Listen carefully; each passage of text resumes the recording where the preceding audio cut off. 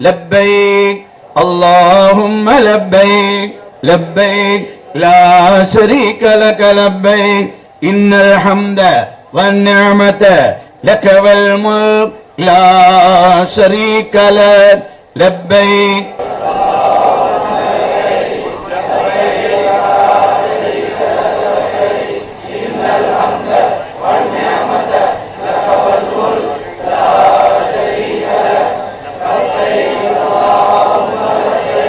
لبيك لا شريك لك لبيك إن الحمد والنعمة لك والملك لا شريك لك. நியத்து செய்யறோம், உம்ராவுக்கா நியத்து செய்யறவங்க நியத்து செய்த பிறகுதான் நாம் இஹ்ராமில் ஆகிவிட்டோம் என்று அர்த்தமாகிறது.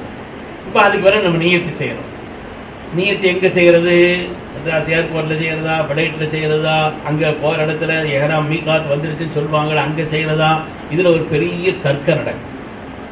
சில பேர் என்ன செய்வோம், அங்கேயே செய்யணும், செய்தாச்சுன்னா நம்ம இஹ்ராம்ல இருக்கிறோம், பாக்கியமான நிலை, அந்த நேரத்தில் ஓதப்படக்கூடிய ஓதுதலுக்கும் துவாவுக்கும் மரியாதை இருக்கிறது அல்லவா, அங்கேயே செய்தா என்ன?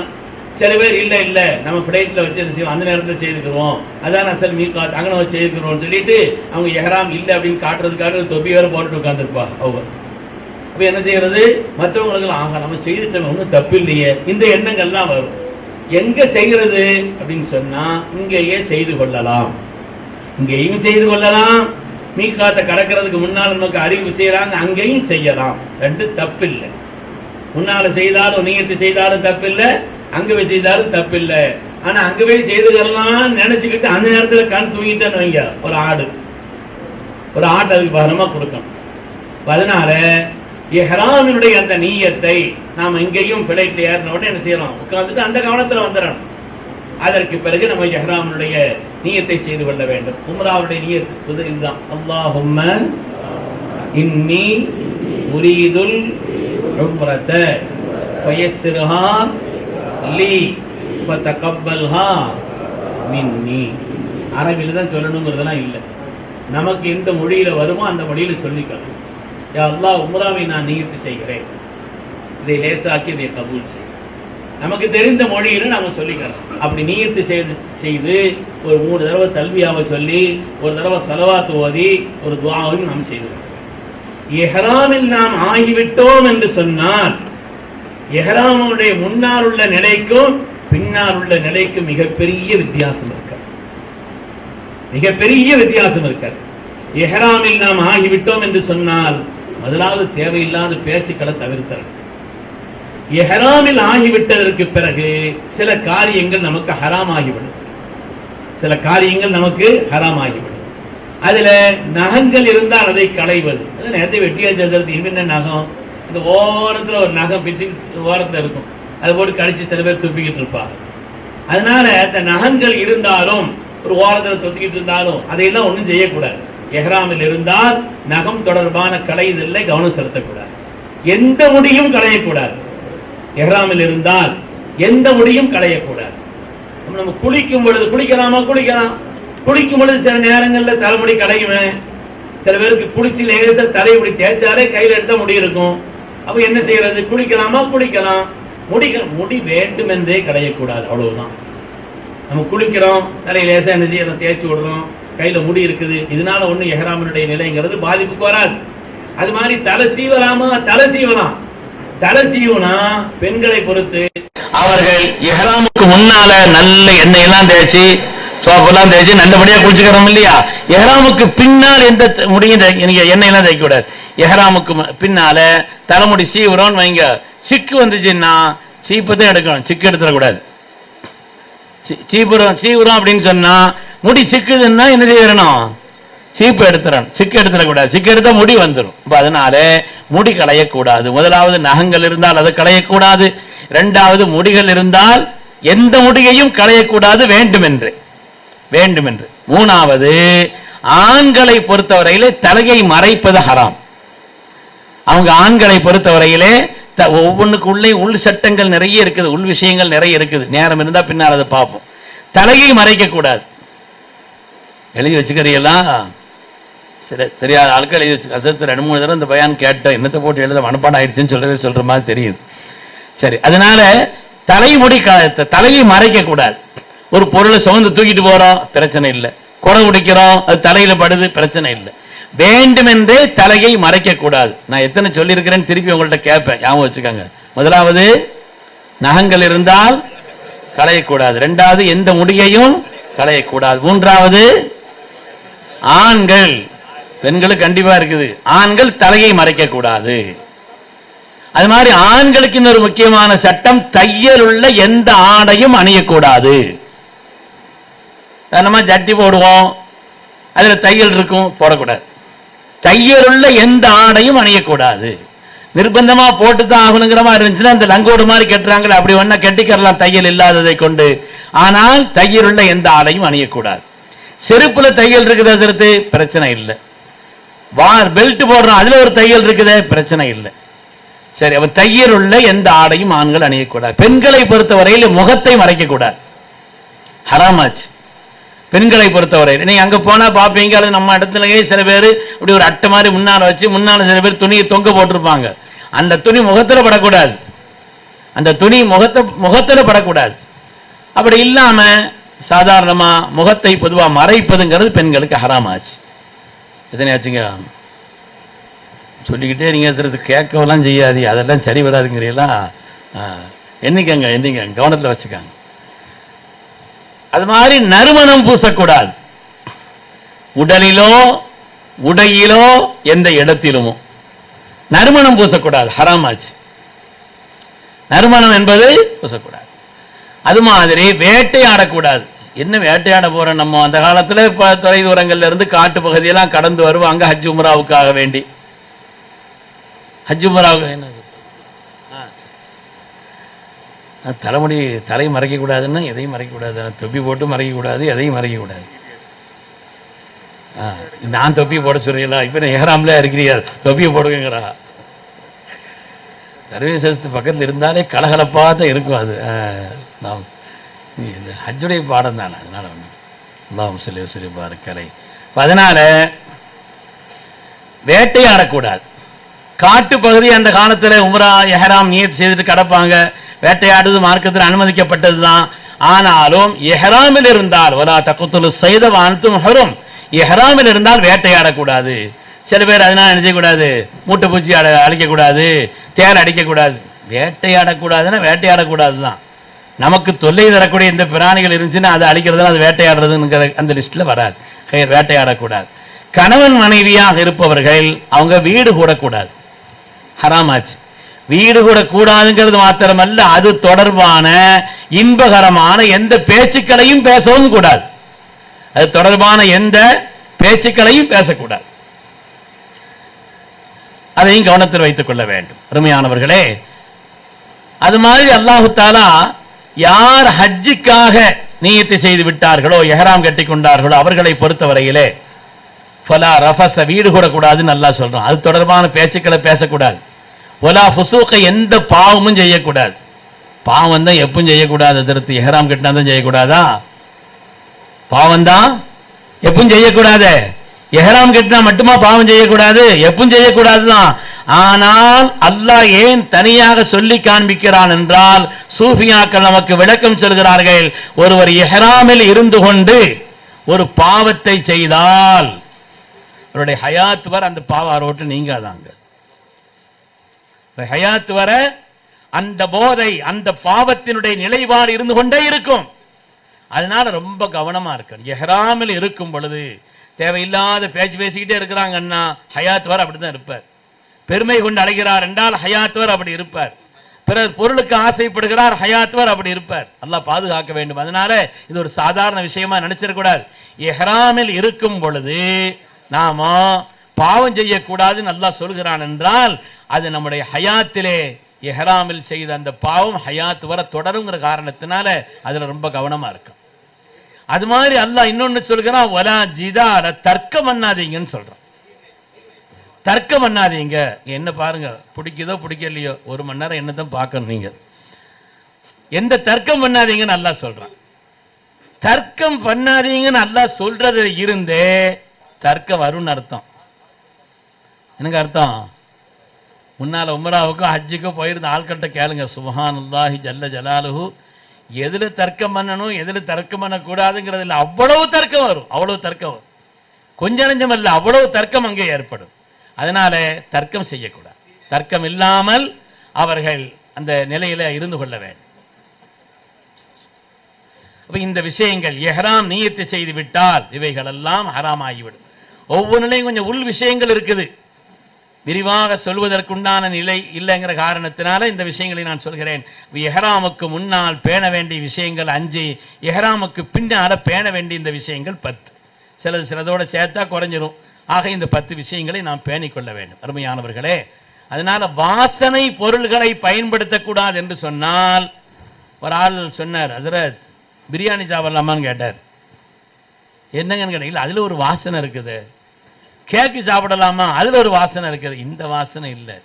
வாசனை திரவியமாக வாசனைக்காக வேண்டி உபயோகிக்கக்கூடிய பொருளாக இருந்தால் அதை செய்யக்கூடாதே தவிர வேற எதுல இருந்து என்ன செய்வாங்க, ஏலக்காய் வாசனை இருக்கும், டீலாந்த வாசனை இருக்கும், அதெல்லாம் அந்த வாசனைங்கிறது அல்ல. அதை கவனத்தில் வைத்துக் கொள்ள வேண்டும். மாதிரி பெண்கள் ஒரு விஷயத்தை கவனம் செலுத்தணும். அவர்கள் ஹஜ்ஜுக்கு புறப்படுகின்ற நேரத்தில் உம்ராவுக்கு நியத்து செய்வதற்கு முன்னால் தொடக்குள்ள பெண்களாக இருந்தால் அவர்கள் தொடக்குள்ள நிலையிலே முந்தைய நகை வெட்டிக்காரணும். அந்த தொடக்குள்ள நிலையில் நகை வெட்டக்கூடாது. தொடக்குள்ள நிலையில் களையப்பட வேண்டிய முடிகளை களையக்கூடாது. தொடக்குள்ள நிலையிலே அவர்கள் தொழுகக்கூடாது. ஆனா குளிச்சுக்கறணும். தொடக்கு இருந்தாலும் கூட இஹ்ராமினுடைய சுன்னத்தான குளியை குளிச்சுக்கறலாம். குளிக்கிறதுனால ஒன்றும் தொடக்கு நீங்கிறாது, ஆனால் அந்த சவாபு கிடைத்து விடும் என்பதற்காக குளித்துக் கொள்ளலாம். மற்ற காரியங்களை தவிர்த்துக் கொள்ள வேண்டும். ஆக இஹ்ராமுக்கு முன்னால் பேண வேண்டிய விஷயங்கள் இந்த 5, இஹ்ராமுக்கு பின்னால் பேண வேண்டிய விஷயங்கள் இந்த 10. இதை நாம் கவனத்தில் கொள்ள வேண்டும். அல்ஹம்துலில்லாஹ். முதல் விஷயம் இஹ்ராம். முதல் விஷயம் உம்ராவுடைய 4 விஷயங்கள்ல முதல் விஷயம் என்னங்க, இஹ்ராம். இரண்டாவது தவாஃப். அப்ப நீண்ட நேரம் நம்ம இஹ்ராம்ல இருப்போம். இந்த நேரங்கள்ல பாவம் செய்யக்கூடாதுன்னு சொன்னோம் இல்லையா, அதுல ஒரு விஷயத்தை கவனம் செலுத்தணும். குறிப்பாக நான் ஞாபகப்படுத்துகிறேன், பாவம்னு அதிகமா செய்ய மாட்டோம் இஹ்ராம்ல இருக்கும் பொழுது. ஆனால் கோபம், டென்ஷன் நிறைய வரும். கோபமும் டென்ஷனும் நிறைய வரும். எவ்வளவு சாந்த சொரூபி ஆனாலும் சரி, அவருக்கும் டென்ஷன் வரத்தான் செய்யும். நீங்க விரும்புனா நான் எந்தெந்த இடம் வேணாலும் கூட குறிச்சு தருவேன். எங்க எல்லாம் டென்ஷன் வரக்கூடிய இடங்கள் எது அப்படின்னு சொன்னா அதுக்கு ஒரு தனி லிஸ்டே இருக்குது. அங்கதாங்க ஜித்தால ஆரம்பிக்கும், ஜித்தா ஏர்போர்ட்ல தொடங்கும். ஏன்னா மச்சான் ஹஜ்ஜிக்கு பெறப்படுறாருன்னு சொல்லி மச்சின பிள்ளை பெட்டி எல்லாத்தையும் நல்லா கெட்டி, நீங்க தொடாதியா நானே எல்லாத்தையும் கெட்டிக்கிறேன்னு சொல்லி நல்லா கெட்டி எல்லாத்தையும் பூட்டெல்லாம் போட்டுட்டு பூட்டு சாவியை அவர் வீட்டுக்கு கொண்டு போயிடுவார். அங்க போய் இறங்கின உடனே திறங்கன்னு சொன்னா, அப்பதான் சாவியை மச்சினம் தானே கெட்டினா என்னாச்சுன்னு தெரியலையேன்னு சாவியை தேடுவோம். ரொம்ப நேரம் பேச முடியாது, ஒரு கீச்சு விட்டுருவாப்புல. அது எல்லாம் என்ன செய்யும், பெட்டி தூக்க முடியாத அளவுக்கு அறுந்து போயிருக்கும். டென்ஷன் வருமா வராதா? பல கட்டங்கள்ல அங்க வரும் டென்ஷன்லாம். அனுபவங்கள்ல என்னென்ன டென்ஷன் ஏற்படுங்கிறத பார்த்தா அவ்வளோ ஆச்சரியமா இருக்கும். அவ்வளோ டென்ஷன் இல்லை. நாங்கள் வெளிநாட்டுக்கு நிறைய போய் வந்து பழக்கம் இருக்குது ஹசரத், எங்களுக்கு அந்த அனுபவம்லாம் இருக்குது. அந்த அனுபவம் வேற, ஹஜ்ஜுக்குள்ள அனுபவங்கிறது வேற. இங்க பாஸ்போர்ட் 5ஆவது தடவை வாங்கி வாங்கி வாங்கி வாங்கி திரும்ப திரும்ப தருவாங்க. பாஸ்போர்ட் ஒரு தடவை வாங்குவாங்க, சீல் அடிப்பாங்க. அதுக்கடுத்து ஒரு தடவை வாங்குவாங்க, சீல் அடிச்சிருக்குதான்னு பார்ப்பாங்க. அப்புறம் இன்னொரு தடவை வாங்குவாங்க, பஸ் டிக்கெட்லாம் உள்ள வச்சு அதுக்குள்ள காரியங்கள்லாம் உள்ள வைப்பாங்க. அதெல்லாம் சரியா வச்சிருக்குதான்னு சொல்லி அதை ஒரு தடவை செக் பண்ணுவாங்க. கடைசியாக அப்படியே போய் டிரைவர்கிட்ட ஏறும் பொழுது அவர்கிட்ட பாஸ்போர்ட் கொடுக்கணும். இப்படியே பாஸ்போர்ட் பல தடவை வாங்குவாங்க, கொடுப்பாங்க. ஒரு தடவை பஸ்ஸில் ஏறுறதுக்கு முன்னால் வரிசையில் விட்டு நீங்கள் எல்லாம் பஸ்ஸில் ஏறுங்க, பாஸ்போர்ட்டை தாங்கன்னு கேட்டா ஒரு அம்மா சொன்னாங்க, பாஸ்போர்ட் அங்கேயே கொடுத்துட்டு வந்துட்டேன்னு. அங்கே எங்கே உள்ள இல்லைங்களேன், மொத்த வரிசையும் 2வது உட்கார வச்சு உள்ள போய் பாஸ்போர்ட் தேடினா பாஸ்போர்ட் எங்கேயுமே கிடைக்கல. பாஸ்போர்ட் இல்லாமல் என்ன செய்ய முடியும்? கடைசியில் அந்த கூட்டத்தில் வந்த இன்னொரு சீதேவி இதான் பாருங்கன்னு ஒரு அம்மா எடுத்து காட்டுது. கிட்டத்தட்ட 2 மணி நேரம் கழித்ததற்கு பின்னால டென்ஷன் வருமா வராதாங்க? ஆனால் டென்ஷன் வரக்கூடாது. இஹ்ராமில் இருக்கிறவங்கிற காரணத்தினால இதையெல்லாம் பழகுவதற்குத்தான். அதாவது அல்லாஹு தஆலா இங்கேயே அன்று பிறந்த பாலகராக நம்ம மாத்திர வேண்டியதானே. மெட்ராஸ்லயே மாத்திர வேண்டியதானங்க. அன்று பிறந்த பாலகனா மாத்திரம், ஹஜ்ஜுக்கு நீயத்து வச்சாச்சா முடிஞ்சு வச்சும் சொல்ல வேண்டியதானே. இங்க இருந்து எதுக்கு அங்க கூப்பிட்டு அல்லாஹ் உத்தாரா அன்று பிறந்த பாலகன் போல் மாத்தணும்னு சொன்னா, ஸல்லல்லாஹு அலைஹி வஸல்லம் ஹஜ்ஜத்தும் மப்ரூரா அல்லது ஹஜ்ஜும் மப்ரூர், மப்ரூரான ஹஜ்ஜின்னா என்ன, ஏற்றுக்கொள்ளப்பட்ட ஹஜ்ஜின்னா என்ன, அந்த மப்ரூருக்கு ஸல்லல்லாஹு அலைஹி வஸல்லம் விளக்கம் சொல்லுவாங்க. அது நல்ல குணம். ரெண்டு விஷயம் மப்ரூர்னா, முதலாவது நாம தனிப்பட்ட முறையில் நம்முடைய உள்ளத்தால் நல்ல செயல்களை இஹ்லாஸாக, யார் பார்க்கறாங்க பார்க்கல, விரும்புறாங்க விரும்பல, நாம செய்துகிட்டே இருக்கணும். தனி வாழ்க்கையில் சொந்தத்தில் சுத்தமா இருக்கணும். இரண்டாவது மற்றவர்களுக்கு உபகாரமா இருக்கணும். மற்றவங்களுக்கு உபகாரமா இருக்கணும். மற்றவங்களுக்கு உபகாரமா இருக்கணும்னு சொன்னா அவங்களுக்கு ஏதோ பணம் கொடுக்கணும் அந்த இதெல்லாம் இல்லை. ஜூதுன்னு எழுதுறாங்க. குறிப்பாக ஸல்லல்லாஹு அலைஹி வஸல்லம் கூட அஜ்வத, ஸல்லல்லாஹு அலைஹி வஸல்லம் அஜ்வதா இருந்தாங்கன்னு வருது இல்லையா. ஜூத் என்று சொன்னால் இஅதாஉ மா யம்பகி லிமை யம்பகின்னு சொல்லுவாங்க. யாருக்கு என்ன தேவையோ அதை கொடுப்பதற்கு பேர் தான் ஜூத். அந்த கொடை, நாம் அந்த கொடை உள்ளவர்களாக இருக்க வேண்டும். அந்த தன்மை உள்ளவங்களா இருக்கணும். சில பேருக்கு எந்த தேவையோ, நடக்கிறதுக்கு சிரமமா இருக்குதா கொஞ்சம் கைப்பிடிச்சுக்கறணும். அவருக்கு அவர் நிக்கிறது சிரமமா இருக்கா உட்கார்றதுக்கு இடம் கொடுக்கணும். நமக்கு இடம் கிடைச்சிருச்சுன்னு உட்காரக்கூடாது. இப்படி மற்றவர்களை, காரியங்களை அவர்களுக்கு கொடுப்பதிலே நாம உபகாரிகளாக இருக்க வேண்டும். இதை கொண்டுதான் அல்லாஹ் தஆலா மப்ரூரான ஹஜ்ஜை தருகிறானே, அல்லாது இல்லைன்னு அன்று பிறந்த பாலகரா மெட்ராஸ்ல நம்ம ஆக்கி விட்டுறான். நம்மளை அங்க போய் குணங்களை செக் பண்றான், எல்லாத்தையும் பார்க்கறான், டென்ஷன் ஏற்படுது, தர்க்கம் வரக்கூடிய வழிகள் வருது, பாவத்திற்கான சூழல் வருது. தேவையில்லாத காரியங்களை செய்யக்கூடாது. சில பேர் என்ன செய்யறது, அரபாவில் தண்ணி பெரிய அந்த வண்டியில் வச்சுட்டு கண்டெய்னரில் வச்சு தண்ணி விளம்புவாங்க. சில பேர் மோர் விளம்புவாங்க, சில பேர் ஐஸ் விளம்புவாங்க, சில சாப்பாடு விளம்புவாங்க. அதெல்லாம் நீங்கள் ரோட்டில் எல்லாத்தையும் விளம்பிக்கிட்டே இருப்பாங்க. நம்ம ரூமில் உட்காந்து நமக்குள்ள தேவைகள், சாப்பாடு அது இது இருந்துச்சுன்னா அதை பார்த்துக்கறணும். சில பேர் அங்கேருந்து வந்துடுறது, மேலே எஹ்ராம கலத்திட்டு நீ ஒரு பக்கம் பிடி நான் ஒரு பக்கம் பிடிக்கிறேன்னு யார் யார் என்னென்ன விளம்புறாங்களோ அதையெல்லாம் வாங்கி வந்து இங்கே சதக்கா செய்துட்டு இருக்கிறது வேண்டியது இல்லை. நாம் நம்ம வேலைகளை பார்க்கணும். போகிறோம், தண்ணி தேவைப்படுது, தண்ணி கொடுக்குறாங்க, கிடைச்சிச்சு குடிச்சுக்கறணும். இது பானங்கள் தர்றாங்க, தேவைப்படுது, வாங்கிக்கிறோம், குடிச்சுக்கறலாம், அதெல்லாம் ஒன்றும் இல்லை. அதற்காக வேண்டி நம்முடைய அரஃபாவுடைய நேரங்களை பாழாக்குவது என்ற விஷயத்தில் கவனமாக இருக்க வேண்டும். அப்படி செய்துவிடக்கூடாது. எஹ்ராம் முடிஞ்சிருச்சு, இங்கேருந்து ரெண்டாவது மக்காவுக்கு போய் இறங்கிட்டோம். ஜித்தாலிருந்து அதுக்கு பிறகு பஸ்ஸில் ஏற்றுவாங்க. கொஞ்சம் நீண்ட நேரங்கள் அதுக்கு பயணங்கள் இருக்கும். நம்ம சாதாரணமாக போய் வந்தாச்சுன்னு சொன்னால் 3/4 மணி நேரம் 1 மணி நேரத்தில் ஜித்தா டு மக்கா. ஆனால் இந்த வண்டி இருக்குது 5 மணி நேரம் 6 மணி நேரம் போகும். ஏன்னா குறிப்பிட்ட மைல்களுக்கு மேலே அவங்க பயணம் செய்தாங்கன்னா அவங்களுக்கு ஃபைன் வந்துடும். அதனால் ஹாஜிகளை கொண்டு போகிற அந்த வாகனம் இருக்குது, மெதுவாக தான் போக முடியும். அதனால மெதுவாக போய் நம்ம ரூமில் இறக்குவாங்க. நாம் ஏற்ற வேண்டியதில்லை, இறக்க வேண்டியதில்லை, அவங்க பார்த்துக்குருவாங்க. இறக்கின பிறகு அந்த பொருள்களை எல்லாம் நம்ம ரூமில் கொண்டு போய் வச்சுட்டு, ஏன்னா முடிஞ்ச வரை வச்சுட்டு அதுக்கு பிறகு தவாஃபுக்காக போகிறது நல்லது. ஏன்னா கொஞ்சம் பிந்திரன்னு வைங்க, அடுத்த குரூப் வந்துச்சு, சாமான்களை கொண்டு போய் அடுத்து கொட்டுறாங்கன்னு வைங்க, நம்முடைய பொருள்கள் எங்கே இருக்குதுன்னு தெரியாது. அதனால முடிஞ்ச வரை நம்முடைய பொருள்களை எடுத்து நம்முடைய ரூமுகளில் கொண்டு போய் வச்சுட்டு அதுக்கு பிறகு நம்முடைய தேவைகளை மற்ற காரியங்களை நம்ம ஆய்க்கிறோம். ரெண்டாவதாக செய்ய வேண்டிய காரியம் தவாஃப். ரெண்டாவது செய்ய வேண்டிய காரியம் தவாஃப். தவாஃப்னா உங்களுக்கு எல்லாம் தெரியும். தவாஃப்னா என்னங்க? 7 சுத்து. ஒரு ஆள் சொல்லுங்களேன் சத்தம் போட்டு. 7 சுத்து சுத்தி 2 ரக்காத்து தொழுதா தவாஃப். இன்ஷா அல்லாஹ் நீங்க உம்ராவுடைய தவாஃப் செய்வீங்க. ஆனால் இந்த ஹஜ்ஜுக்கு முன்னால் குறைஞ்சது ஒரு 50 தவாஃபாவது செய்யணும். நீத்து வச்சுக்கலாமா? நிறைய பேர் சொல்றாங்க, ஹஜ்ரத் நான் இப்படி இருக்கிறேன், ஹஜ்ஜுக்கு வந்த பிறகு பாருங்க எப்படி இருக்கிறாங்க, ஹஜ்ஜில் எல்லாத்தையும் நான் அதை செய்யணும் வச்சிருக்கிறேன் ஹஜ்ரத்துன்னு. அங்க வந்த பிறகு சொல்லுவா, ஊர்ல போய் இனிமே எப்படி இருக்கிறேன்னு பாருங்க அப்படின்னு அங்க சொல்றது. இந்த நீயத்தில் இல்லை பெருமக்களை, உறுதியான எண்ணத்தோடு குறைஞ்சது ஒரு 50 தவாஃபாவது செய்யணும். தவாஃப் செய்வதற்கு இலகுவான கூட்டம் குறைவான நேரம் ஒரு 3 நேரம் இருக்குதுங்க. கூட்டம் குறைவான நேரம் ஒரு 3 நேரம் இருக்குது. இப்போ உம்ராவினுடைய காரியங்களில் முதலாவது தவாஃப் முடிச்சிருக்கோம், எஹ்ராம் முடிஞ்சிருக்கு, ரெண்டாவது தவாஃப். நம்ம ரூமில் போய் இறங்கி எல்லாத்தையும் ரூமில் வச்சதுக்கு பிறகு தேவைப்பட்ட அவர் குளிக்கிறாந்தா குளிச்சுக்கரலாம். எஹ்ராமில் இருந்தால் குளிக்கக்கூடாதுங்கிறது இல்லை, குளிச்சுக்கரலாம். அந்த எஹ்ராம் ட்ரெஸ் இதெல்லாம் அப்படி செய்யணுங்கிறது இல்லை, வேறு எஹ்ராம் ட்ரெஸ் மாற்றிக்கரலாம். அதை நம்ம என்ன செய்யலாம், துணி அலசி போட்டுக்கரலாம், அதெல்லாம் ஒன்றும் தப்பு இல்லை. தவாஃபுக்காக வேண்டி ஹரமுக்கு நாம் போகிற நேரத்தில் மஸ்ஜிதுல் ஹராமுக்கு உள்ளே போவோம், அல்லது இறங்கினா நம்ம அங்கேருந்து ரெண்டாவது கொஞ்சம் சின்ன சின்ன சிரமங்கள் இருக்கும். அசீசியாவில் தங்கியிருந்தோம்னு சொன்னால் அங்கேருந்து 2 பஸ்ஸு மாறி வந்து அதுக்கு பிறகு தான் அங்கே வர வேண்டியது இருக்கும்.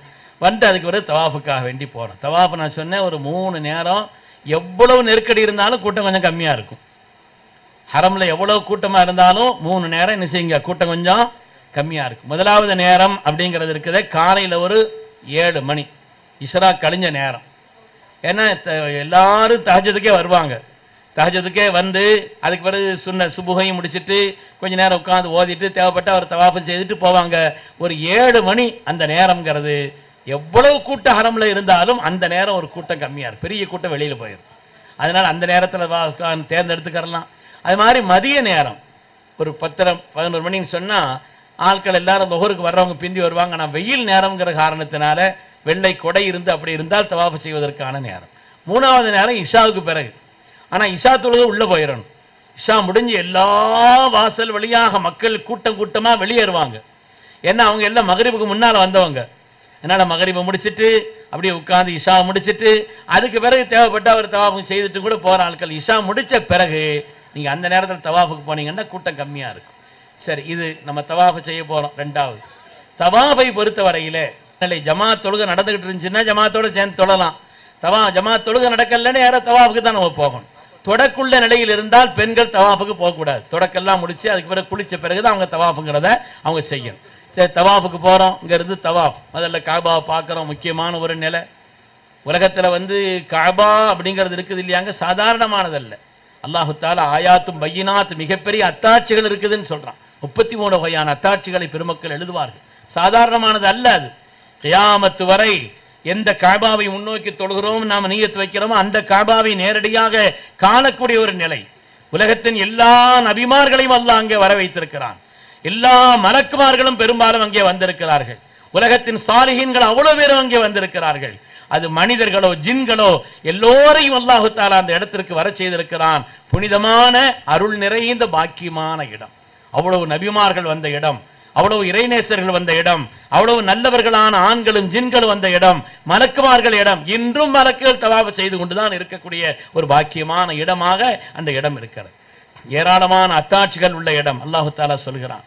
இங்கே நிறைய நபிமார்கள் அடக்கப்பட்ட இடமும் அந்த இடத்துல இருக்கிறது.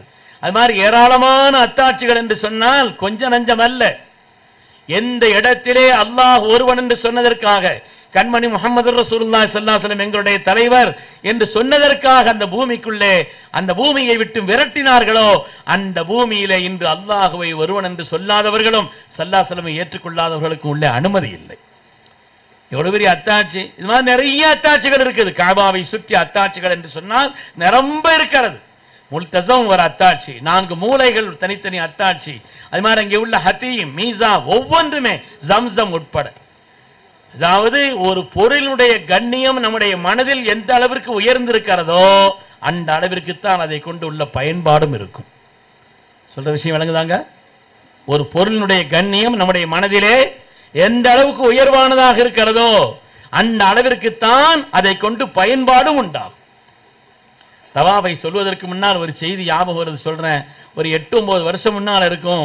ஈரோடு மாவட்டம் கோபிச்செட்டிப்பாளையத்திலிருந்து ஹஜ் கமிட்டியில் வந்திருந்த ஒரு சகோதரர் தான். நான் காலையில் பயான் செய்வேன் டிராவல்ஸில், அவரும் பக்கத்தில் வந்து பயான் கேட்கறதுக்காக வந்தார். காபாவை சொல்லி சுற்றி உள்ள அத்தாட்சிகள் என்று ஒரு 3 நாள் தொடராக பேசும்பொழுது ஒரு நாள் முல்தஸமை பற்றி சொன்னேன். முல்தஸம் நாங்கள் ஒரு இடம் இருக்குது.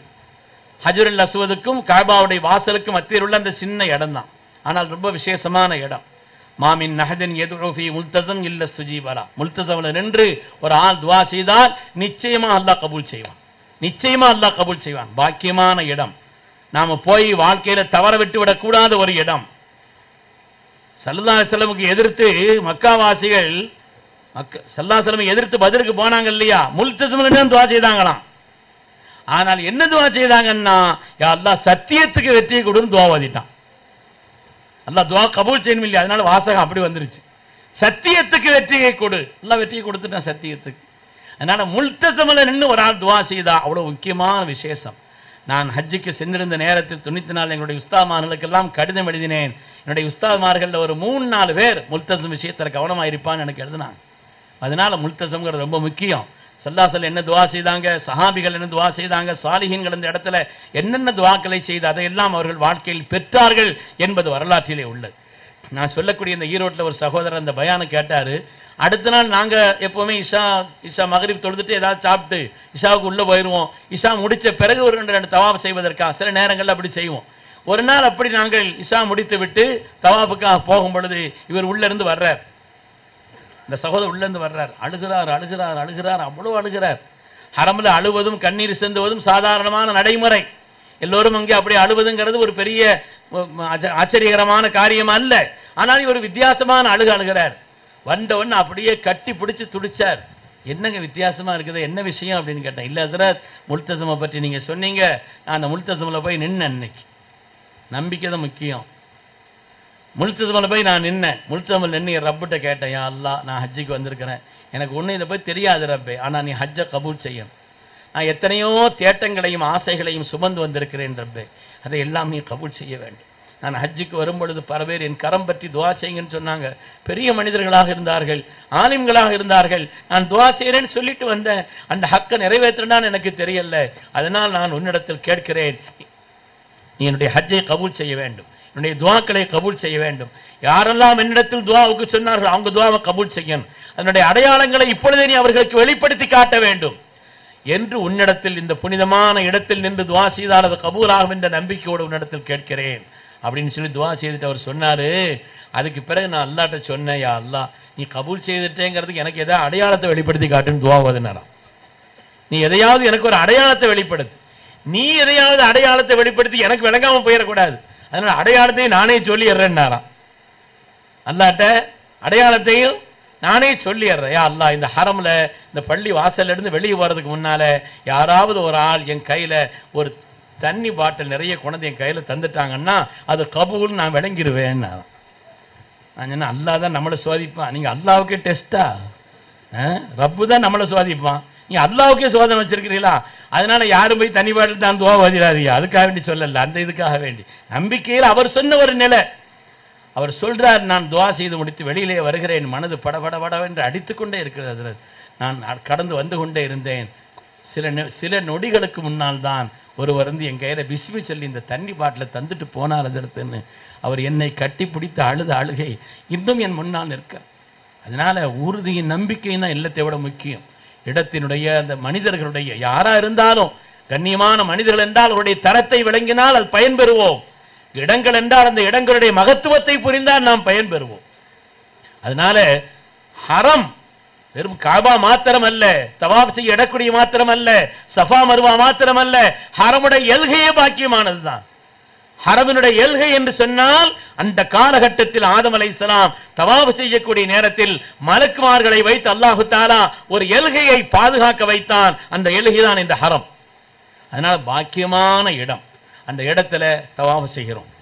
இப்போ நம்ம உம்ராவுடைய தவாஃபை நியத்து செய்கிறேன்னு சொல்லிட்டு நம்ம ஆரம்பிக்கிறதுக்கு முன்னால ஆண்களை பொறுத்தவரையிலே அவர்கள் தங்களிடத்தில் உள்ள இந்த எஹ்ராம் துணியினுடைய வலது கை உஜம் வெளியில தெரிகிற மாதிரி எஹ்ராம் துணி இப்படி போட்டுக்கிறது.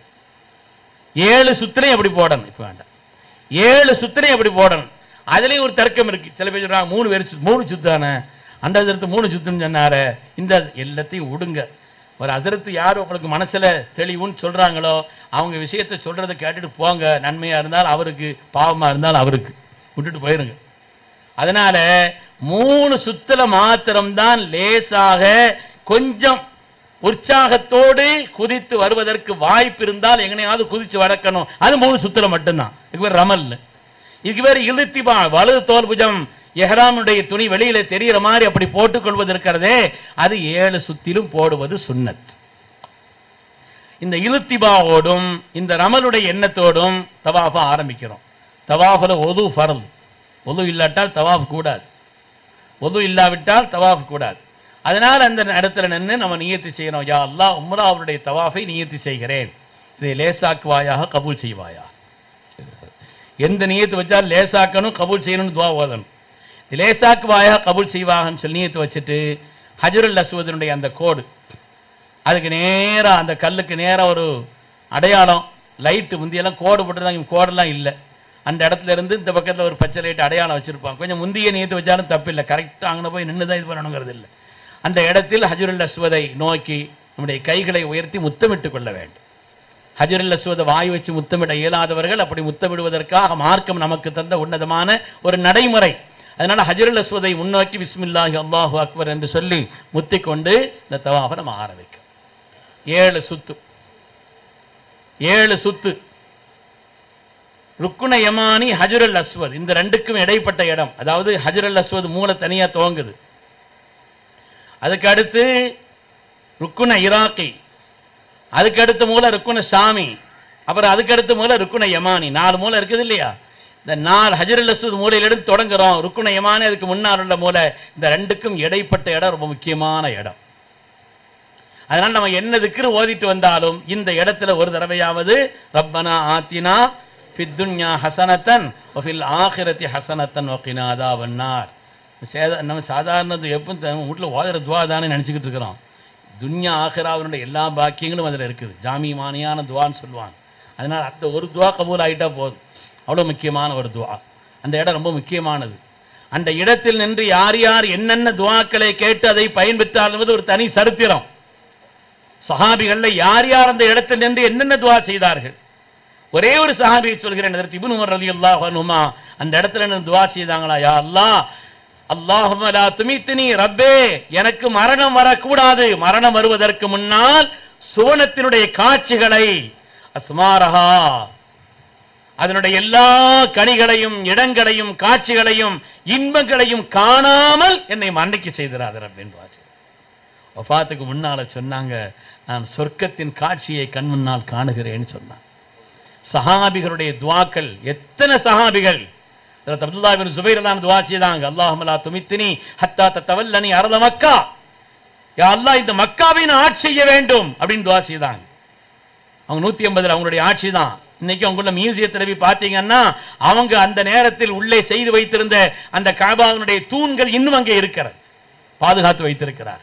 அருமையானவர்களே, ஆக 7 சுத்து சுத்தி 2 ரக்காத்து. இமாமுல் ஆலம் அவர்கள் அது வாஜிபுன்னு சொல்லுவாங்க. அது 2 ரக்காத் வாஜிபான தொழுகை. இமாம் ஷாஃபி ரஹ்மத்துல்லாஹி அலைஹி சுன்னத்துங்கிறாங்க. ஆக இஹ்ராமுடைய அந்த தொழுகையை நியத்து வச்சு 2 ரக்காத் தொழுது கொள்ள வேண்டும். தொழுதுகிட்டோம்னு சொன்னா தவாஃப் முடிஞ்சிருச்சு. தவாஃப் முடிஞ்ச உடனே ஜம்சம் அங்கங்கே இருக்கும், கொஞ்சம் கூல் இல்லாததா பார்த்து ஜம்சமை நிறைய குடிச்சுக்கிறோம். ஜம்சம் எந்த நியத்தில் குடிக்கிறோமோ அந்த நியத்து. அங்கே வந்த ஒரு ஆள் குடிச்சிட்டு இருக்கும்போது ஒரு அம்மா சொன்னா, ரொம்ப குடிக்காதே ஒண்ணுக்கு வந்துட போகுது, அந்த நியத்தில் குடிச்சா அடுத்து ஒண்ணுக்கு தான் வரும், அது உடனே கபூல் ஆயிருமே துவா தான். அதனால நாம என்ன செய்யணும், இன்னும் என்னுடைய உள்ளத்தில் ஈமானிய பிரகாசம் அதிகரிக்க வேண்டும், உன் மீது உள்ள தவக்குலும் உன்னின்பால் உள்ள தவஜ்ஜுஹ் ரப்பி அதிகரிக்கணுங்கிற அந்த நியத்தில் என்ன செய்யணும், நம்ம தண்ணியை நிறைய குடிச்சுக்கிறோம். குடிச்சிட்டு அதுக்கு பிறகு நம்ம சஇ செய்யணும். உம்ராவுடைய 3வது காரியம் சஇ. ஹஜ்ஜிலையும் இந்த 2 இருக்குதுங்கிறதுனால இதை விளக்கி சொல்றோம். சஇங்கிறது இப்தஉ கமா பத அல்லாஹ், அல்லாஹ் எதை கொண்டு ஆரம்பிச்சானோ அதை கொண்டு ஆரம்பிங்கன்னு சொன்னாங்க. அதனால சஃபாவில் ஆரம்பிச்சு மருவாவுக்கு போனா 1, அங்கிருந்து இங்க வந்தா 2, திருப்பி இங்கிருந்து அங்க போனா 3. சாதாரணமா ஓட்டம் சைனா தொங்க ஓட்டம் சொல்லி ஓடிக்கிட்டே இருக்கக்கூடாது, நடந்த போதுமானது. இடையில மயிலைனுள்ள இடையில வந்து என்ன செய்யும், ஒரு இடம் வரும், அந்த இடத்துல மாத்திரம் என்ன செய்யணும், பச்சை லைட் அடையாளம் வச்சிருப்பாங்க. அந்த இடத்துல மாத்திரம் என்ன செய்யணும், ஆண்கள் மாத்திரம், பொம்பளைக்கெல்லாம் சேர்த்து ஹாஜராமா ஓடிட்டாக. அதனால நீங்க ஓட வேண்டியதில்லை, உங்களுக்கு எல்லாத்துக்கும் சேர்த்து தியாக தலைவி என்னை ஹாஜராமா ஓடிட்டாங்க. ஆண்கள் மாத்திரம் அந்த இடத்துல லேசா குதிச்சு என்ன செய்யணும், அந்த இடம் கடக்கும் வரை மேலேயும் உங்களுக்கு அடையாளம் காட்டியிருப்பார்கள், அந்த இடத்துல மாத்திரம் லேசா குதிச்சு ஓடணும். அதுக்கு பிறகு சஃபா மர்வாவில் போய் கடைசி 7வது அங்கே போய் முடியும். 7வது அங்கே போய் முடியும். அதுக்கு பிறகு தொழுக வேண்டியதெல்லாம் இல்லை, அவன் சஇ முடிஞ்சிச்சு. தவாஃபானாலும் சஇ ஆனாலும் என்ன ஓதணும், 3ஆம் கலிமா ஓதலாம், 4ஆம் கலிமா ஓதலாம், சலவாத் ஓதலாம், துஆக்களை ஓதலாம், குர்ஆன் ஷரீஃப் ஓதலாம், எந்த திக்ரும் செய்யலாம், துஆவும் செய்யலாம். குறிப்பிட்ட இந்த துஆ தான் ஓதணும் கையில் வச்சிருக்கிற புஸ்தகத்தை பார்த்து அப்படின்னு சொல்லி அதிலேயே முழு கவனம் செலுத்திக்கிட்டு இருக்கக்கூடாது. நம்முடைய கவனங்கள் பூரா சாதாரணமாக திக்ர் செய்துட்டு போற மாதிரி உள்ள ஒரு நிலையில் இருக்கணும். பேசாமல் இருக்கணும் முடிஞ்ச வர தவாஃபுல. பேசாட்டா அல்லாஹுடைய ரஹ்மத்துல முழுமையாக முங்குகிறார்கள் அர்த்தம். பேசினா தவாஃப் முடியாது, ஆனாலும் பேசிவிட்டால் அல்லாஹுடைய ரஹ்மத்துல கால் மட்டும் தான் வச்சிருக்கிறாங்கன்னு அர்த்தம். அதனால இந்த தவாஃபையும் சயையும் முடித்து விட்டால் உம்ராவுடைய 3 விஷயம் முடிஞ்சு அவரை தலைமுடி இறக்கணும். பெண்களை பொறுத்தவரையில் அவங்களுடைய சின்ன விரல்ல ஒரு 3 முடியை மாத்திரம் சுற்றிட்டு லேசாக வெட்டி விட்டால் போதும். அதையும் நீங்கள் உங்கள் ரூமில் போய் செய்யுங்க. இருக்கிறத பூரா கலத்திட்டு அங்கே நம்ம பூரா எல்லாத்தையும் ஆண்கள்கிட்ட காமிச்சிட்டு இருக்கணுங்கிறது அல்ல. நீங்கள் ரூமில் போய் அந்த காரியத்தை செய்துக்காரு. ஆண்கள் மொட்டை அடிச்சுக்கிறது நல்லது. சல்லா என்ன செய்திருக்காங்க, 3 தடவை துவா செய்திருக்கிறாங்க, மன்னிக்கணும் யார் மொட்டை அடித்தாங்களோ அவங்களுக்கு. அதுக்கு அடுத்து நாங்கள் உம்ரா செய்ய போகிறோம் ஹஜ்ரத், ஹஜ்ஜுக்கு நாங்கள் எங்களுக்கு முடி வேணுமே அந்த கவலையெல்லாம் பட வேண்டியதில்லை. அங்கே தான் எவ்வளோ வளருதோ அதை ஷேவிங் மிஷின் வச்சு லேசாக இழுத்து விட்டால் போதுமானது. அதனால் அந்த கவலைப்பட வேண்டியதில்லை. நம்ம தலையில் முட்டை அடிச்சுக்கிற ஆண்கள் நல்லது. அப்படி முடிச்சாச்சுன்னா நம்முடைய உம்ராங்கிறது முடிஞ்சு போச்சு. அதுக்கு பிறகு நார்மல் ட்ரெஸ்ஸில் ஆகி அங்கே அதிகமான தவாஃபோ மற்ற காரியங்களோ செய்து கொள்ள வேண்டும். அருமையானவர்களே, ஒரு 50 தவாஃபாவது வாழ்க்கையில் நம்ம செய்யணும். அது மாதிரி குர்ஆன் ஷரீஃபை ஓதிக்கொள்ள வேண்டும். ஒரு குர்ஆனாவது ஹத்தம் செய்ய வேண்டும். அதிகமான ஸலவாத்து ஓத வேண்டும்.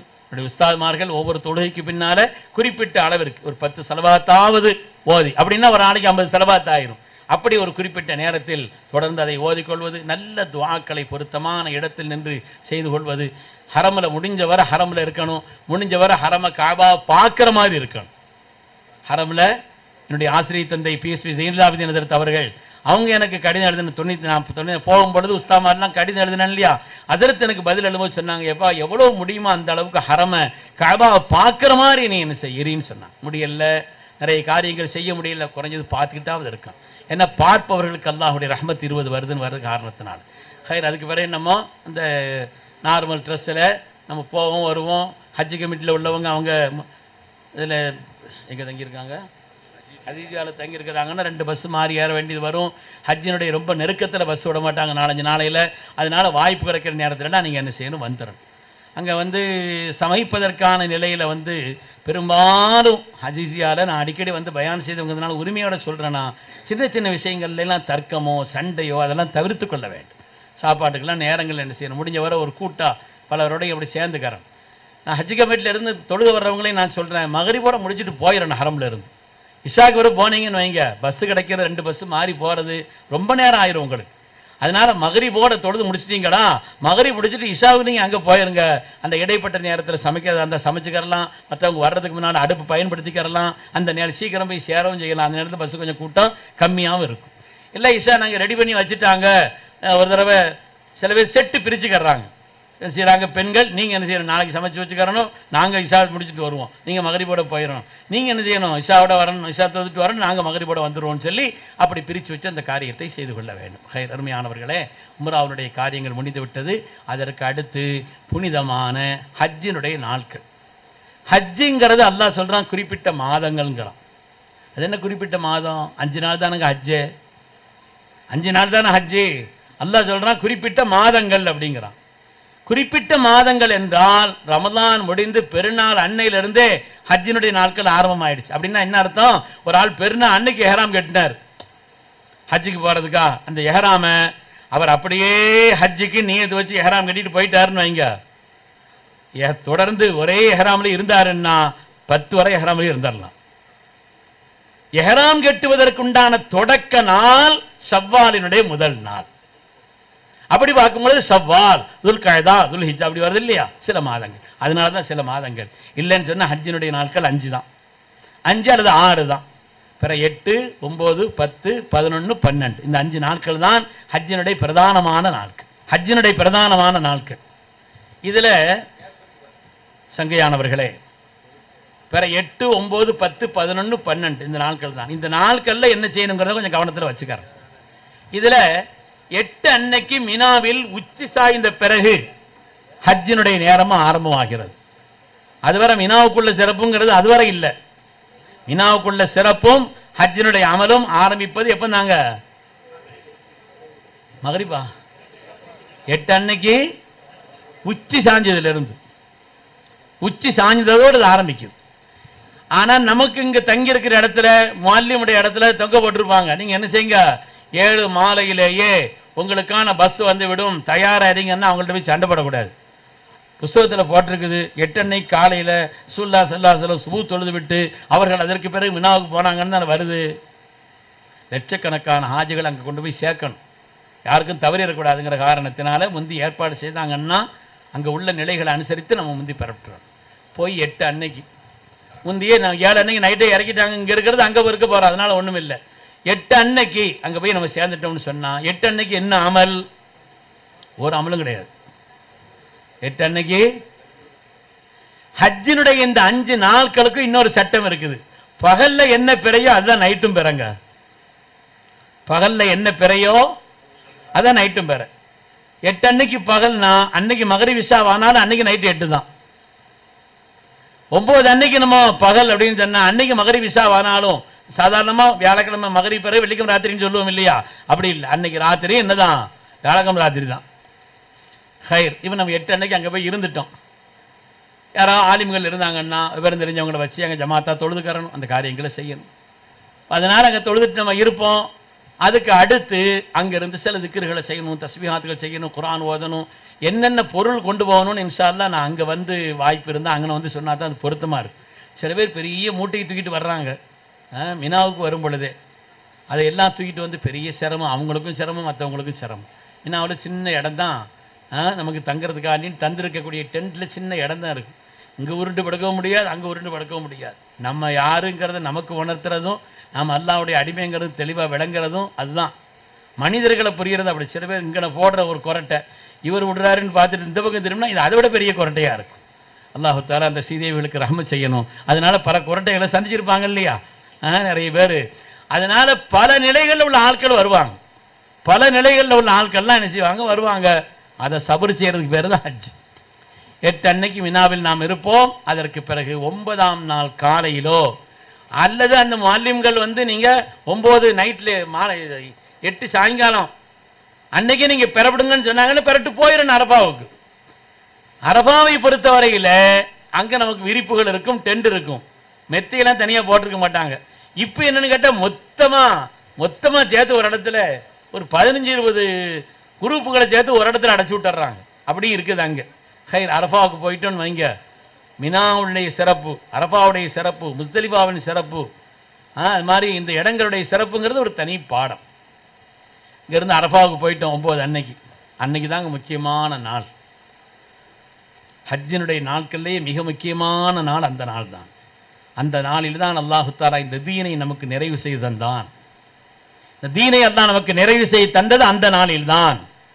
அது மாதிரி நான் உங்களுடைய இரட்சகன் அல்லவா என்று அல்லாஹ் தஆலா ஆலமுல் அர்வாஹிலே ஒப்பந்தம் எடுத்தான் என்று வருகிறதே, அந்த ஒப்பந்தம் நடந்த இடம் அந்த இடம்தான். அது மாதிரி அல்லாஹ் தஆலா மலக்குமார்களிடத்தில் பெருமை பேசும் நாள் அந்த நாள் தான். இவங்களையா படைக்க வேணாம்னு சொன்ன பாருங்க, என்னுடைய அடியார்கள் எவ்வளோ தொலை தூரத்தில் என்னுடைய ரஹ்மத்தை ஆதரவு வைத்து வந்திருக்கிறாங்கன்னு சொல்லி. அதனால அந்த புனிதமான இடம் பல்வேறு சிறப்புகளுக்குரிய இடம். அல்லாஹ் தஆலா அடியார்களை நரகத்திலிருந்து விடுதலை செய்யக்கூடிய இடம். அது மாதிரி எந்த நிலையிலும் அல்லாஹ் பாவத்தை மன்னிப்பதில்லை. அன்று பிறந்த பாலகன், அதை விட என்னங்க வேற என்ன உதாரணம் சொல்ல முடியும்? அன்று பிறந்த பிள்ளைக்கு என்ன பாவம் இருக்கும்? அப்படி ஒரு மனிதனை ஆக்கும் இடம். அதனால நம்ம முந்தியே போய் சொன்னாங்கன்னு வைங்க, முந்தியே போய் அங்கே இருந்துக்கிறோம். அதனால ஒன்றும் தப்பில்லை. எல்லாத்தையும் கொண்டு போய் அரபால சேர்க்கணும் இல்லையா? லட்சக்கணக்கான பேர்களை அரபால எல்லாரும் ஹஜ்ஜுக்கு வரக்கூடிய எல்லாரும் 9ஆம் நாள் அரபால தான் இருப்பாங்க. அன்னைக்கு தான் ஹரமுல இந்த காபா துணியை மாற்றுவாங்க. ஏன்னா எல்லாரும் அங்கே போயிட்டாங்க இல்லையா, இங்கே கூட்டம் இருக்காதுங்கிறதுனால அன்னைக்கு தான் துணியை மாற்றுவாங்க. நம்ம வந்து பார்த்தா புது துணி இருக்கும். அதனால சொல்கிற நேரத்தில் நம்ம போயிடணும். நான் ஹஜ்ஜு கமிட்டியில் ஒரு தடவை போயிருக்கிற நேரத்தில் நான் என்னுடைய துணைவியார், என் மாமா, என் மாமி எல்லாரும் ஹஜ்ஜு கமிட்டியில் போயிருந்தோம். எங்கள் ஊரில் இன்னொரு ஹஸ்ரத்து அவங்களும் நானும் சேர்ந்து போயிருக்கிறோம். 2 பஸ்ஸு. முதல் பஸ்ஸு மினாலிருந்து பெரம்புடும் பொழுது சொன்னேன், என் மாமாட்ட சொன்னேன், நீங்கள் என் மாமி ஒய்ஃபு அதான் அவருடைய மக எல்லாத்தையும் கூப்பிட்டுட்டு இந்த அசரத்தோடு நீங்கள் முன்னால் உள்ள பஸ்ஸில் போங்க, நான் இந்த இவங்களை எல்லாத்தையும் கூப்பிட்டு அடுத்த பஸ்ஸில் வர்றேன்னு சொல்லி இங்கேருந்து பிறட்டு போகிறோம். போய் இங்கே அங்கே போய் சேர்ந்தாச்சுன்னா முதல்ல வந்த பஸ்ஸை பார்த்தா அந்த பஸ்ஸை காணலை. நாங்கள் சுவோட பிறட்டு போயிட்டோம். அங்கே போய் பார்த்தா பஸ்ஸை காணல. ஆஹா, பஸ் வரலையே.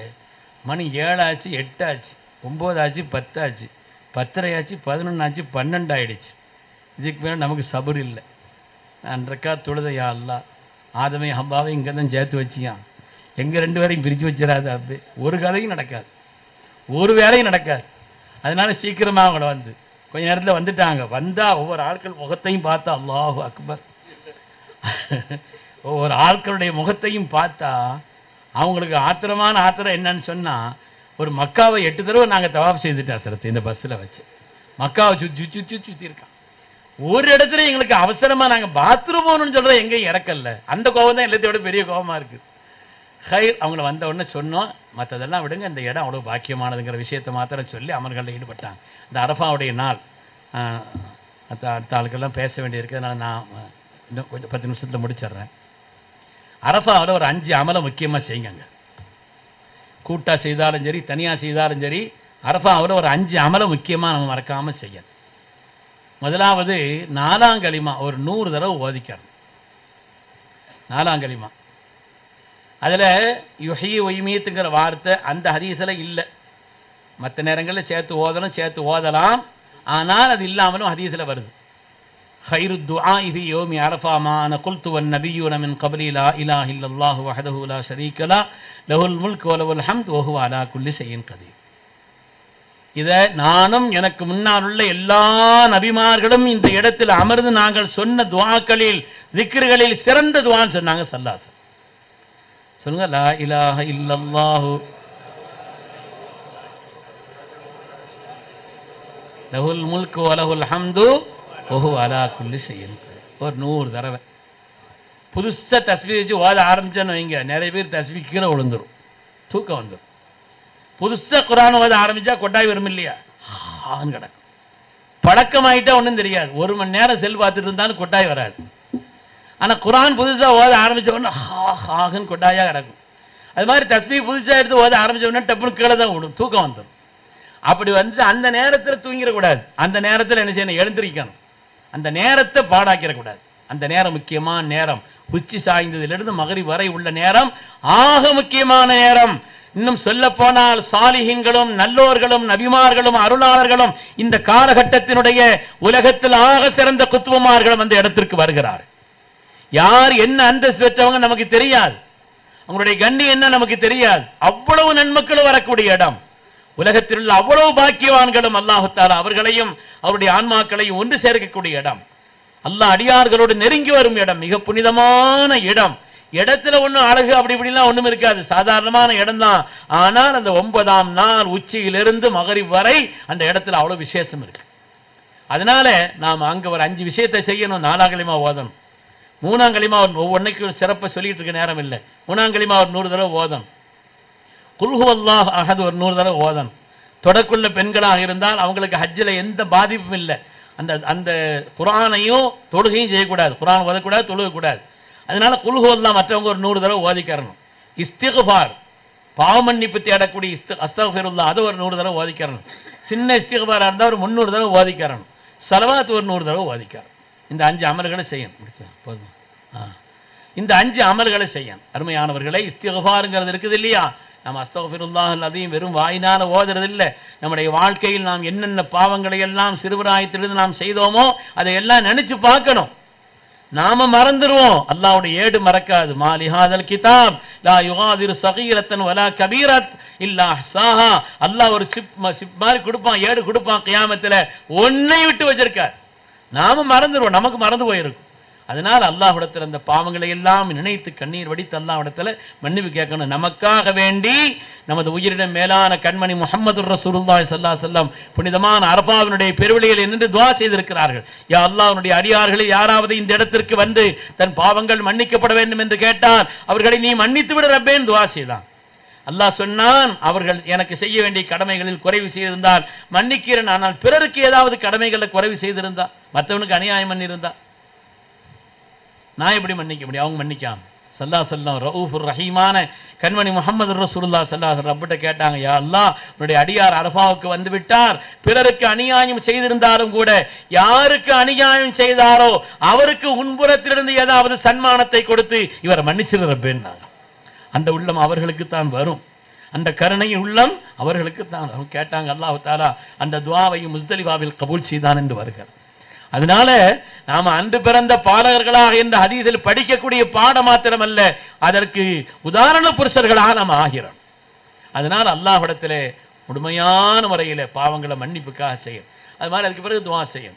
நம்ம எழுதி வச்சுக்கிறோம், முந்தைய என்னென்ன துஆ செய்யணும்னு எழுதி வச்சுக்கிறோம். எந்த காரியங்களை குறித்து கேட்கணுங்கிறத மறக்காம நம்ம முந்தைய குறித்து வச்சுக்கிறோம். சில விஷயங்களை நம்ம மறந்துடுவோம். ஆஹா, அரஃபா கழிஞ்சிருச்சே, இதை விட்டுட்டோமே நினைப்போம். அப்படி இல்லை. அதனால முந்தைய நீண்ட ஹயாத்தை கேட்கணும், நிறைவான ஆஃபியத்தை கேட்கணும், எதிர்பாராத வியாதி, கேள்விப்படாத வியாதிகள், எதிர்பாராத வியாதிகளை விட்டும் அல்லாட்ட பாதுகாப்பு தேடணும். எல்லா காரியத்திலையும் நிம்மதியான வாழ்க்கை வரணும், ஹலாலான ரிஸ்க் வேணும். துன்யாவை கேளுங்க, துன்யாவை கேளுங்க, ஆகிரத்தை மறந்துடாதீங்க. துன்யாவை கேட்பதை போல் ஆகிரத்தை எப்படி ஹஜ்ரத் இப்னு உமர் ரலியல்லாஹு அன்ஹுமா தங்களுக்கு கிடைத்த வாய்ப்பை பயன்படுத்தினார்களே, ரப்பே சோனத்தினுடைய காட்சிகளை என் கண் முன்னால் காணாமல் என்ன மௌத்தாக்கிறாதன் துஆவது நாங்கள் இல்லையா? ரப்பே நீண்ட ஹயாத்தத்தா எனக்கு, என்னுடைய வாழ்நாளுடைய கடைசி நேரம் எந்த கலக்கம், எந்த பயம், எந்த திடுக்கம் இல்லாமல் ஆனந்தத்தோடு இன்பத்தோடு சோனத்தின் காட்சிகளை நான் கண்ட நிலையிலே, அல்லாஹ்வுடைய உன்னுடைய திருப்தியை பெற்ற நிலையிலே, மலக்குமார்களின் சோபனத்தை பெற்ற நிலையிலே, கலிமத்து தௌஹீதை ஒளிந்த ஆனந்தமாக ரப்பே என்னுடைய கடைசி நேரத்தில் ஹுஸ்னுல் காத்திமா வைத்தா. மறக்காம கேளுங்க, ஆகிரத்தை கேளுங்க. ஆகிரத்தினுடைய ஒவ்வொரு பாக்கியங்களை குறித்தும் கேட்க வேண்டும். அல்லாஹ் தஆலா அதை சொல்கிறான். சில பேர் இருக்கிறாங்க துன்யா மட்டும் கேட்கிறாங்க, ஆகிரத்தை விட்டுறாங்கன்னு சொல்றான். ஆனா நல்ல மனிதர்கள் துன்யாவையும் கேட்பார்கள். ஆகிரத் அரஃபாவுடைய நாள் மிக முக்கியமான நாள். அந்த நாளை விட உலகத்தில் வேற எந்த சிறப்பான நாளை ரப்பு வைக்கல். அந்த நாள்ல துன்யாவுடைய எல்லாருக்கும் நோன்பு வைக்க வேண்டும் என்று அல்லாஹ் சுன்னத்தாக்கினான். அந்த நோன்பு வைத்தால் முந்தின வருஷம் அடுத்த வருஷத்தினுடைய பாவங்கள் மன்னிக்கப்படும். ஆனால் ஹாஜிகள் அன்பு நோன்பு வைக்காமல் இருப்பது சுன்னத். ஹாஜிகள் அன்னைக்கு நோன்பு வைக்க கூடாது. அவங்களுக்கு ஒரு பெருநாள், பெருநாள்ல பெருநாள் தொழுல மாட்டோம். அது 5 நாள்ல பெருநாள் வந்தாலும் சரி, ஜும்மா வந்தாலும் சரி, பெருநாளும் கிடையாது, ஜும்மாவும் கிடையாது. நமக்கு அடுத்த நாள் 10ஆம் நாள் பெருநாள் தான் அங்க. ஆனா பெருநாள் தொழிலாம் நமக்கு கிடையாது. நம்ம சாதாரண இருக்க வேண்டிய வேலை அங்க என்ன செய்யணுமோ அதுதான் செய்யணும். ஜும்மாவோ பெருநாள் அந்த நாட்கள் எல்லாத்தையும் விட சொன்ன வேலை செய்யறது தாங்க முக்கியம். ஹஜ்ஜுங்கிறது அல்லாஹ்வுடைய அப்து, அடிமை. என்ன சொன்னாலும் அதை செய்யுங்க, அவ்வளவுதான். தொழுக மகரிபனுடைய வக்து வந்துருச்சு, மகரிபனுடைய நேரம் வந்துருச்சு, அரபாவில் இருந்தாலும் மகரிப் தொழக்கூடாது. எங்க போய் தான் தொழணுங்க? முஸ்தலிஃபால போய் தான் தொழணும். மகரிப் வந்தாலே தொழுகையினுடைய நேரம் வந்தா பதிரும் சீக்கிரம் தொழணும் நினைப்போம் இல்லையா? இங்க உங்களுடைய நஃப்ஸல்ல அல்லாஹ்வுடைய சொல்லுக்கு தான் கட்டுப்படணும். அங்க போய் தொழுவுங்க அல்லாஹ் தஆலா சொல்லி. அதனால அன்று இரவு முஸ்தலிஃபா. அன்னைக்கு பிற எத்தனைங்க? பிற எத்தனை? அல்ஹம்துலில்லாஹ். அன்னைக்கு பிற 9 தான். பகலில் அரஃபா எப்படி, அது மாதிரி முஸ்தலிஃபா இரவினுடைய அரஃபா. லைலத்துல் கத்ரை விட பாக்கியமான அரஃபா. அலுப்பா தான் இருக்கும், அலுப்பா தான் இருக்கும். பகல்ல முழிச்சிருப்போம், மத்தியானத்துக்கு மேல கொஞ்சம் உருண்டு பழக்கப்பட்டவங்களும் கூட அன்னைக்கு என்ன செய்ய மாட்டோம், படுத்திருக்க மாட்டோம், அமல்கள் செய்திருப்போம், அலுப்பா இருக்கும். ஆனாலும் கூட முடிந்தவரை அந்த இரவையும் நாம் அங்கே ஓதன திக்ர்கள் எவ்வளவு முடியுமோ அதை அங்கே ஓதிக்கிறணும். சில துவாக்கள் அல்லாஹ் இங்கே வச்சு கபூல் செய்வான். முஸ்தலிஃபாவுக்கு போன உடனே செய்ய வேண்டிய அமல்கள் அப்படிங்கிறது முதலாவது வேலை மகரிப் இஷா சேர்த்து தொழணும். மகரிப் இஷாவை சேர்த்து அங்கே தொழுதுக்காரன். அதுக்கு அடுத்து 70 கற்கள் எடுத்துக்கொள்ள வேண்டும். 13 நாள் இருந்தால் தான் 70 கல் தேவைப்படும். இல்லாட்டால் 70 கல் எடுத்து வச்சுக்கிறணும். மிச்சம் இருந்தால் நம்ம விட்டுட்டு போயிடலாம். 70 கல் எடுத்து வைத்துக் கொள்ள வேண்டும். அப்புறம் திக்ர்கள் முடிஞ்ச வரை செய்யணும், துவாக்கள் செய்யணும். அப்புறம் ஓய்வு எடுத்துக்கலாம்.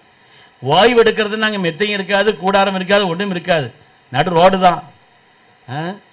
எங்கூட சில வருஷங்களுக்கு முன்னால் ஹஜ்ஜிக்கு வந்த மலேசியாரன் சில பேர், உஸ்தாத் நாங்கள் நடந்தே பழக்கமில்லை உஸ்தாத், இப்படி படுத்தும் பழக்கமில்லை உஸ்தாத், மெத்தையில் தான் நாங்கள் படுத்துருக்குறோம், இங்கே எங்கே உஸ்தாத் படுக்கலாம், எங்கே படுக்கவா, படுக்கிற ஆட்களை பாருங்க. அவங்க யூகேலேருந்து வந்திருக்கிறாங்க, மண் தர காலில் கிடக்குது, ஒரு சின்ன தலையில் துண்டு மட்டும் இருக்குது, வச்சு படுத்திருக்கிறாங்க. அல்லாஹுடைய அப்தியத்தை நாம் அவனுடைய அப்து என்று வெளிப்படுத்தக்கூடிய சரியான இடம் முஸ்தலிஃபா. அதனால் அந்த இடத்துல அந்த இரவை நம்ம கழிக்கணும். சுபுஹனுடைய வக்து வந்துருச்சுன்னா பாங்கு சொன்ன உடனே, அதுக்கு முன்னே ரெடியாக இருக்கணும், தஹஜ்ஜுதெல்லாம் தொழுதுக்கணும். சுபு பாங்கு சொன்ன உடனே சீக்கிரமாக நடந்து நம்ம கூடாரத்துக்கு போயிட்டோம்னா நல்லது. பஸ்ஸில் போனால் நடக்கிற அந்த பாதையில் பஸ்ஸை விடவே மாட்டுக்கிறாங்க, பாலத்தை ஏற்றி விட்டுறாங்க. அதனால் நடக்கிறதுங்கிறது ரொம்ப பெரிய சிரமமாக இருக்குது, பஸ்ஸில் போகிறதுங்கிறது ரொம்ப பெரிய சிரமமாக இருக்குது. அந்த இடத்துல லேசாக நடந்து போனோம்னு சொன்னால், மினாவில் முக்கியமான 4 தெருக்கள் தான் இருக்கிறது. அந்த தெருக்கள் தான் நம்முடைய கூடாரம். முந்தைய அந்த தெரு பேரை ரோட்டை குறித்து வச்சுருந்தோம்னு சொன்னால் இந்த ரோடுன்னு பார்த்து நம்ம அந்த இடத்துல போய்க்கிறோம். இன்ஷா அல்லாஹ் 10 அன்னைக்கு மினாவுக்கு போயிட்டோன்னு வைங்க. 10 அன்னைக்கு உள்ள காரியங்களில் முக்கியமாக முதலாவது போன உடனே 7 கற்கள் மாத்திரம் பெரிய சைத்தானுக்கு எரிய வேண்டும். சின்ன சைத்தான், நடு சைத்தான், பெரிய சைத்தான் இருக்கும். எனக்கு வந்து இப்போ உங்கள்கிட்ட சொல்கிறதுல முழு திருப்தி என்னால் எனக்கு ஏற்படலை. எனக்குள்ள பாடங்களில் முழு திருப்தியாக எனக்கு ஏற்படலை, ஏன்னா இங்கே உள்ள சூழல்களுடைய நிலையில். ஆனாலும் இன்ஷா அல்லாஹ் நீங்கள் கொஞ்சம் கவனமாக இருந்துக்கிறணும். 10 அன்னைக்கு செய்ய வேண்டிய வேலைகளில் 7 கல் எரிய வேண்டும், 7 கல் மாத்திரம். அதுக்கு பிறகு 2வது வேலை என்னன்னு சொன்னால், ஆடு அறுத்து பலியிடணும். அறுத்து பலியிடணும். நம்ம ஏற்கனவே பேங்கில் கட்டிட்டோம், நேரம் குறித்து தந்திருக்கிறாங்கன்னா அந்த நேரத்திற்கு பிறகு தலைமுடி இறக்கிக் கொள்வது.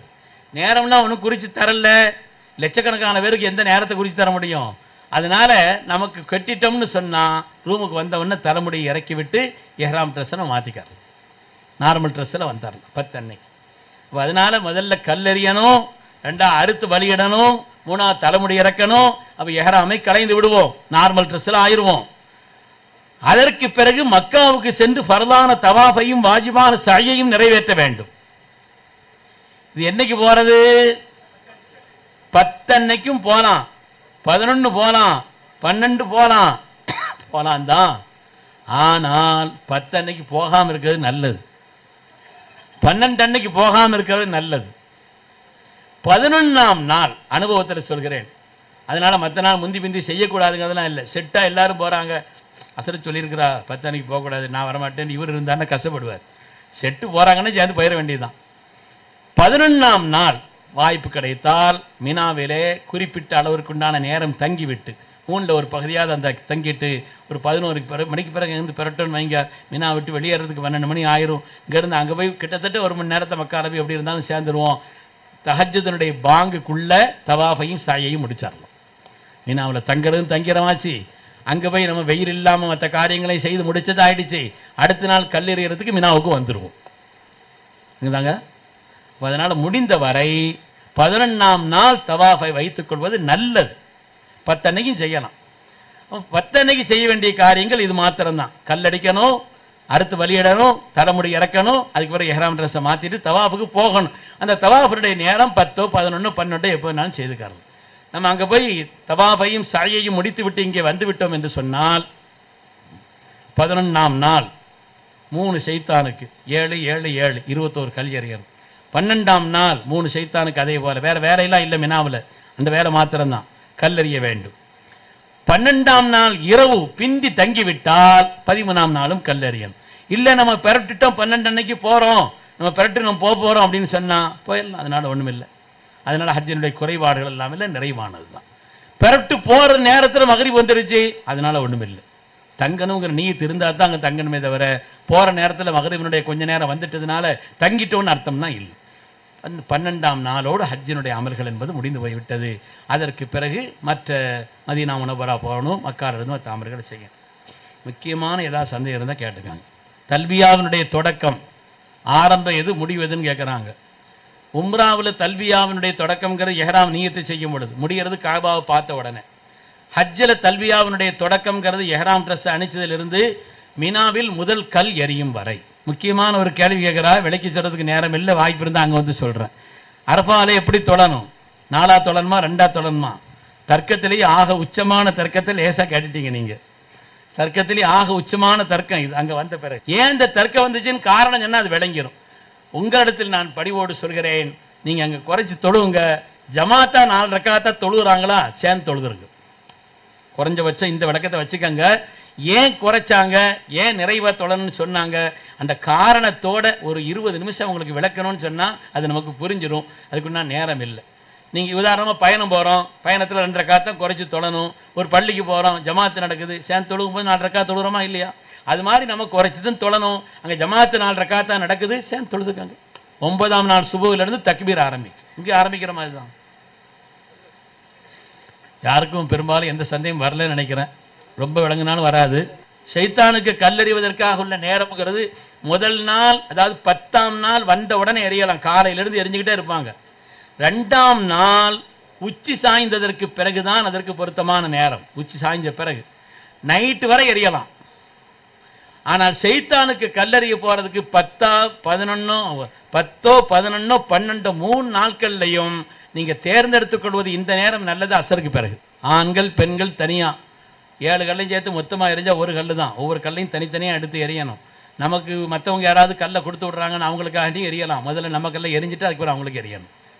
அந்த ஒன்று பிறந்துட்டு அதுக்கு பிறகு தலைமுடி இந்த குர்பானி கொடுக்குறவங்க முடி களையக்கூடாதுன்னு சொல்கிறாங்களே, நம்ம ஹஜ்ஜுக்கு முன்னால் களையப்பட வேண்டிய முடிகள் களையணும், நகங்க வெட்டணும்னு சொல்கிறீங்களேன்னா ஹாஜிகளுக்கு அந்த சட்டம் இல்லை.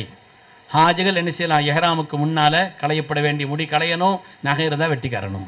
முதல் நாள் கல் எறிஞ்சிட்டு துவா செய்கிறதுலாம் இல்லை.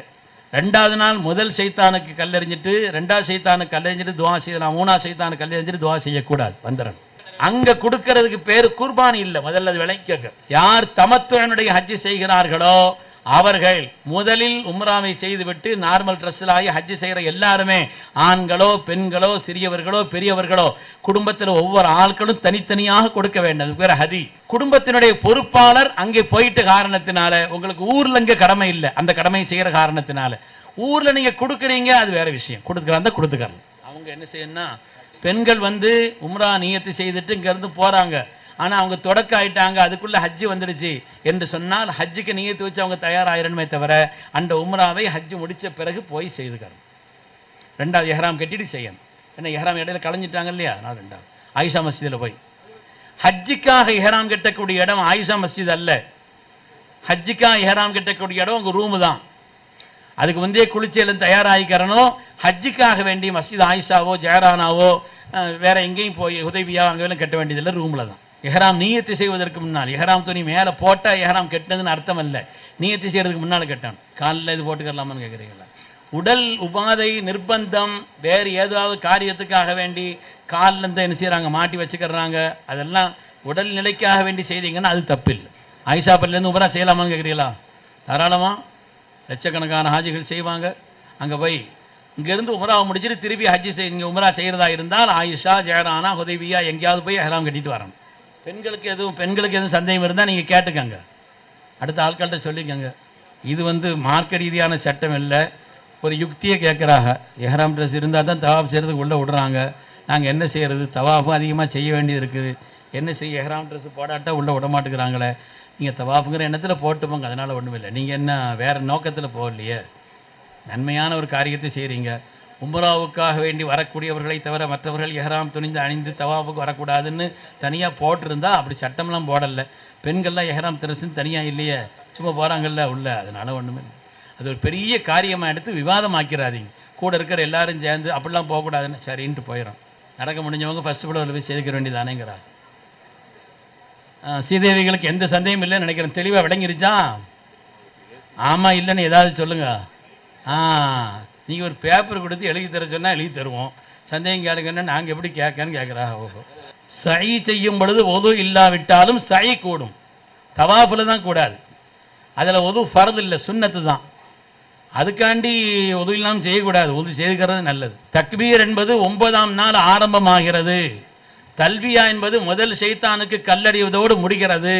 முதல் ஷைத்தானுக்கு கல்லடிச்சிட்டீங்க, திருப்பி நீங்கள் மினாவுக்கு வந்தீங்கன்னா தல்வியாலாம் கிடையாது. எது மட்டும்தான்? தக்பீர் மட்டும்தான். பெண்களுக்கு ஹஜ்ஜினுடைய தொடக்கத்திலேயே அவங்களுக்கு தொடக்கம் வந்துருச்சுன்னா என்ன செய்யறதுன்னு கேட்குறாங்க. எந்த விதமான பிரச்சனையும் இல்லை. ஸ்ரீதேவிகளே, உங்களுக்காகத்தான் அல்லாஹு தாலா ஹரமுக்கு வெளியில் கொண்டு போய் அரஃபா வச்சுட்டானா என்னமோ தெரியல. அதனால நீங்கள் வந்து எந்த தடையும் கிடையாது, தொடக்கு வந்து விட்டால் அதனால் ஹஜ்ஜினுடைய அமல்களை ஏற்றுக்கொள்ளப்படுவதிலே எந்த தடையும் இல்லை. நீங்கள் தொழ வேண்டியதில்லை, நீங்கள் குர்ஆன் ஓத வேண்டியதில்லை, அவ்வளவுதான். மற்ற எல்லா திக்ருகள் சலவாத்துகள் துஆக்கள் எல்லாத்தையும் ஓதிக்கிறலாம், யார்ட்டையும் நீங்கள் சொல்லிட்டு இருக்க வேண்டியதும் இல்லை.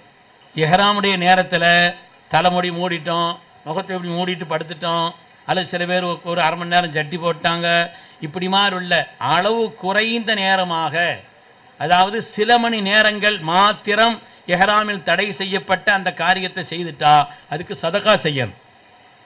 அதுக்கு என்ன செய்யணும்? சாப்பாடு வாங்கி கொடுத்துக்கறணும், சதகா செய்துக்கறணும். ஒரு நாள் நீண்டு விட்டால் அதுக்கு தான் ஆடு கொடுக்கணும். கொஞ்ச நேரமாக இருந்தால் சதகா செய்தால் போதுமான. அருமையானவர்களே, ஆரம்பத்தில் நான் சொன்னேன், நீங்கள் ஹஜ்ஜிக்கு போகிறவங்கெல்லாம் இன்றையிலிருந்து ஒவ்வொரு நாளும் 100 தடவை சூரத் குல் ஹுவல்லாஹு அஹத் ஓதிட்டே வாங்க. அது உண்டாக்கக்கூடிய ஆற்றல் மிகப்பெரியது, அது உண்டாக்கி தரக்கூடிய ஆற்றல் மிகப்பெரியது. அதனால் ஒரு நேரம் ஒரு இடத்துல உட்காந்து கொஞ்சம் அமைதியாக குல் ஹுவல்லாஹு அஹத் 100 தடவை ஓதி அல்லாஹ்ட்ட கண்ணீர் வடிங்க. ரப்பே, இஹ்லாஸாக இருந்தால் தான் நீ ஏற்றுக்கிருவ, ஆனால் உனக்காக நீ எப்படி செய்கிறதுன்னு எனக்கு தெரியல ரப்பே, நீ கற்றுத்தா, நீயே எனக்கு இஹ்லாஸ் செய்தா, உண்டு அந்த பொறுப்பை உங்கள்கிட்ட கொடுக்குறேன், என் நப்சிட்ட தந்துடாது, உங்கள்கிட்ட கறேன்னு சொல்லி அல்லாஹ்ட்ட கேட்டுக்க.